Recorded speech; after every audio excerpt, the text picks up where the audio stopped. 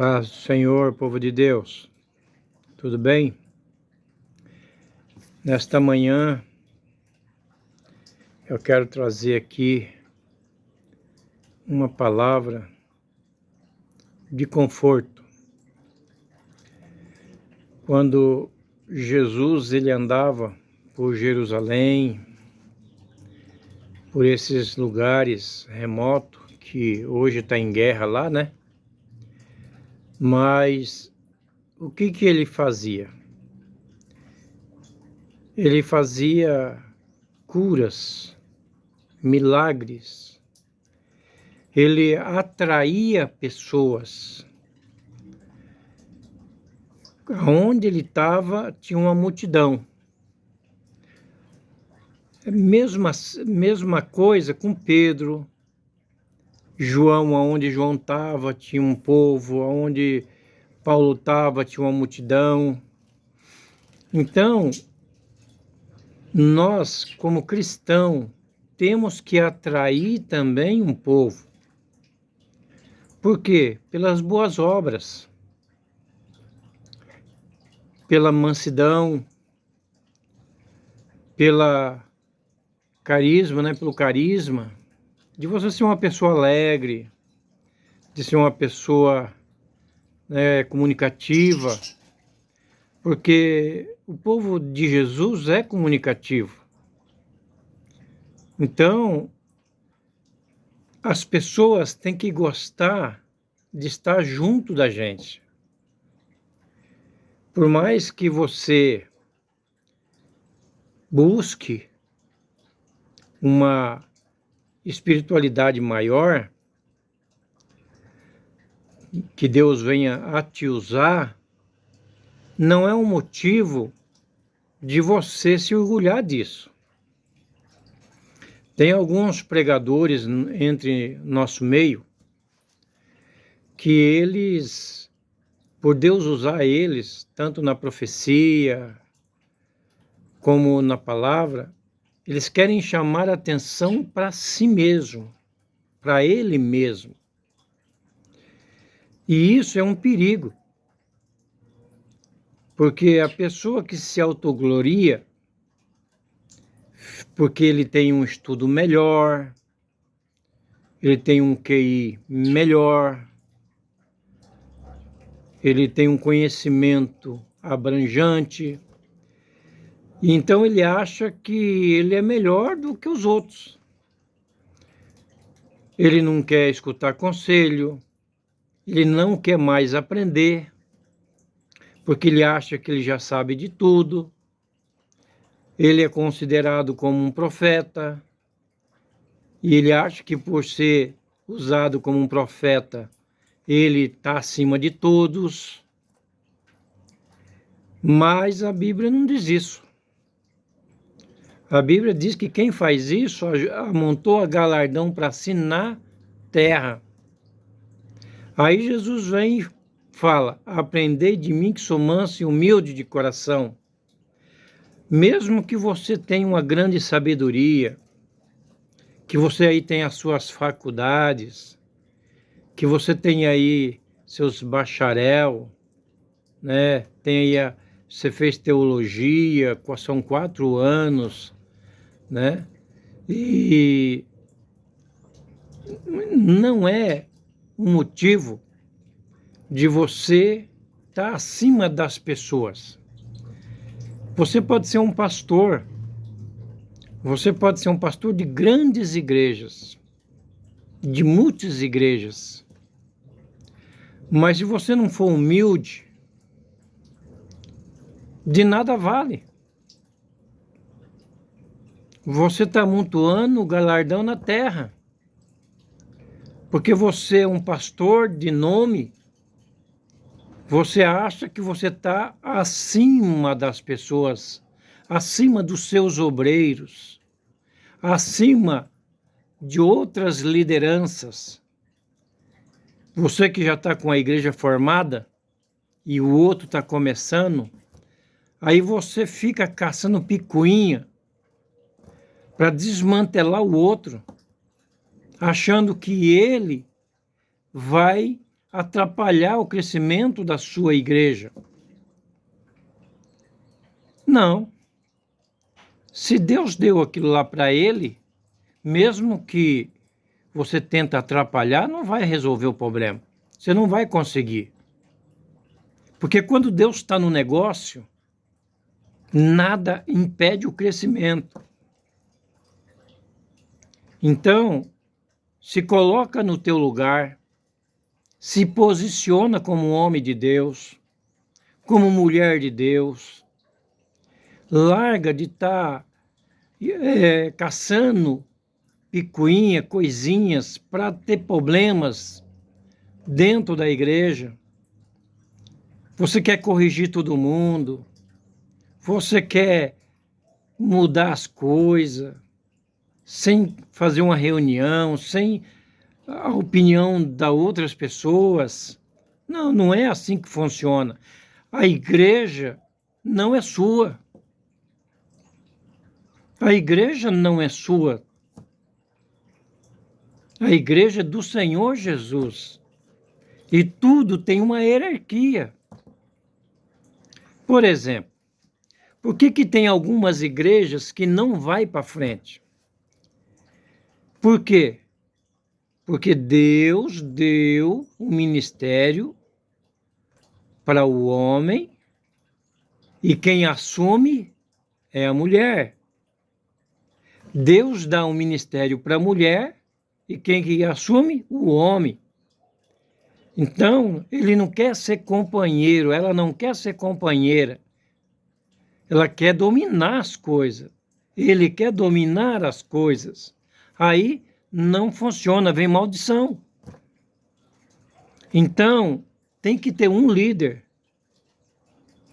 O segundo é seu auxiliar, seja a mulher, seja o marido. O ministério é para os dois, mas um tem que liderar, um tem que ser responsável. Porque senão o Espírito Santo não age. Porque aí está dividido as coisas, está trazendo problema para dentro de casa, está trazendo problema para dentro da igreja, está trazendo problema para o grupo responsável. Então, um lidera. O Senhor vai fazer com que ele tenha a estratégia de fazer as coisas crescerem. Como que o Espírito Santo vai trabalhar em lugares divididos?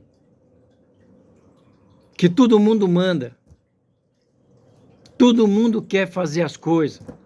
Não, cada um tem que assumir uma posição na igreja. Evangelismo é evangelista, presbítero é auxiliar do pastor e pastorear também. Então, cada um tem a sua função, tem o seu chamado. Agora, tem 5 pastores na igreja e uma igreja. O pastor foi chamado para quê? Não é para pastorear? Então, ele ora a Deus e começa a abrir um ponto de pregação na região que ele mora. É assim que funciona. É assim que funciona. Se você está dentro do ministério, você só quer pregar dentro da igreja sede? Não, aí já tem um pastor presidente, aí já tem um pastor auxiliar. Então, se você foi chamado como pastor e foi ungido como pastor, o seu lugar não é aí. O seu lugar é abrir ponto de pregação, fazer lá uma igreja, lutar para construir, lutar para adquirir um lugar e fazer a vontade de Deus, que é o teu chamado. Não é assim que funciona? Então, não precisa do pastor presidente estar falando para você, ó, fulano, vamos abrir um ponto de pregação em tal lugar, vamos abrir lá. Não, isso é a função sua. Isso é o chamado seu. Aonde você mora? Tem o seu ministério? Não tem. Então, comece a fazer oração na sua casa, ou na área da sua casa, ou no lugar que a prefeitura ali tem. A prefeitura tem em todos os bairros um lugar que faz festa, que faz as coisas. Então, você começa por ali. Então, por quê? O fruto do Espírito tem que ser desenvolvido em você. Então, eu quero estar lendo aqui em Gálatas, capítulo 5, do versículo 16 em diante, que diz assim: digo, porém, ainda no Espírito, e jamais satisfarei a concupiscência da carne, porque a carne milita, ele luta contra o Espírito, e o Espírito contra a carne, porque são opostos entre si, para que não façais o que porventura seja de vosso querer. Então, o seu querer, não pode. Mas, se sois guiado pelo Espírito, não está sobre a lei. 19. Ora, a obra da carne são conhecida, e são prostituição, impureza, lascívia, idolatria, feitiçaria, inimizade, porfia, ciúmes, ira, cólera, discórdia, dissensões, facções, inveja, bebedice, glutonaria, pessoas que são viciadas em comer, e coisas semelhantes a estas, a respeito das quais eu vos declaro, como já outrora, como antigamente, vós previne que não herdarão o reino de Deus os que tais coisas praticam.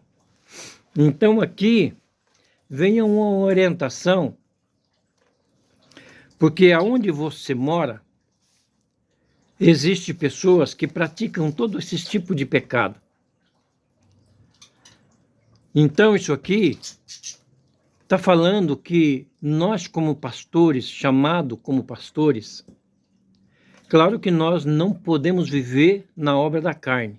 Nós já estamos livres disso. Mas aonde nós estamos morando, aos nossos derredores, existem muitas pessoas nessa situação de pecado. E você sabe disso. É um bairro perigoso? Sim, muitas vezes é. Mas é ali que tem que ter um homem de Deus, uma mulher de Deus, que é mansa e humilde de coração, para atrair essas pessoas para você, para que você venha trabalhar espiritualmente em cima de cada um deles. Por isso que é o teu chamado, preparar o povo para a salvação da vida eterna.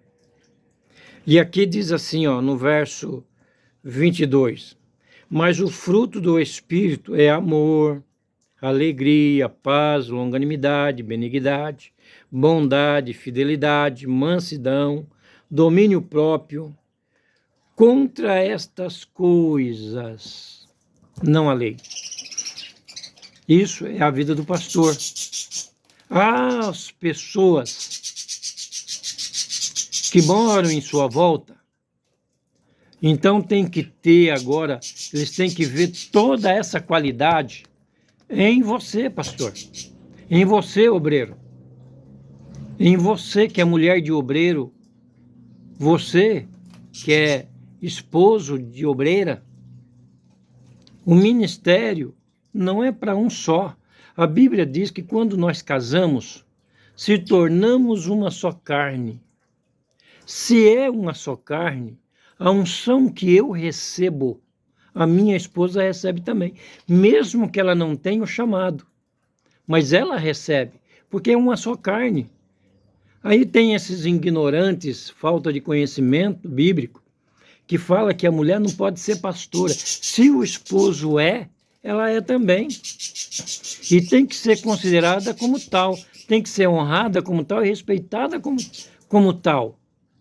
Se você que é marido não honrar ela como uma pastora do seu lado, uma adjuntora do seu lado, quanto mais os outros. Tem uns pastores que eles são tão machistas, tão ignorantes, que ele é pastor, ela é missionária. Missionária é dentro da própria igreja, não sai para viajar. Se é uma missionária, tem que sair para missão. Tem que ficar fora de casa 15, 20, 30 dias. Eu fiquei 11 anos no campo missionário. Pergunta para minha esposa quantos dias eu ficava em casa. É o campo missionário. Agora, missionário dentro de casa? Que missionário é esse? Então, faça a obra de um evangelista, faça a obra de um missionário. É o seu chamado. Se você gosta de pregar na rua, então luta para isso, porque não vai ser fácil. Se você quer começar um culto aí em volta da tua casa, lute para isso. Não vai ser fácil. O diabo não vai deixar. Ele não vai querer perder membros. Ele não vai querer perder membros. Não vai ser de graça.